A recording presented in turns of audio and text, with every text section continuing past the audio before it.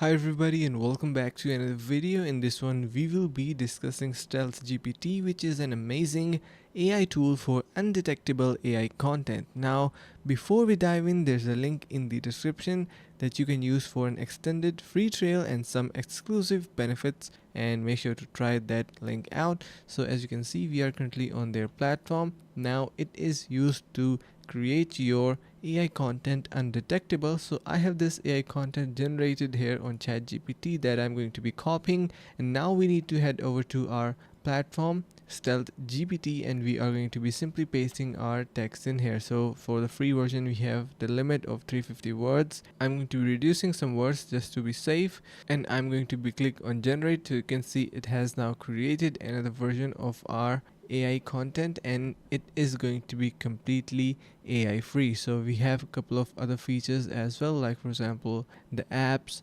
resources, and like for example affiliates, APIs if you want to use them if you are a developer, blogs, and of course pricing. So this is a definitely amazing tool for nowadays, and if you generate a lot of content using AI, this is a must have. So make sure to try StealthGPT using the link in the description to get extended trails and also exclusive benefits. Thank you so much for watching guys, and see you in the next video.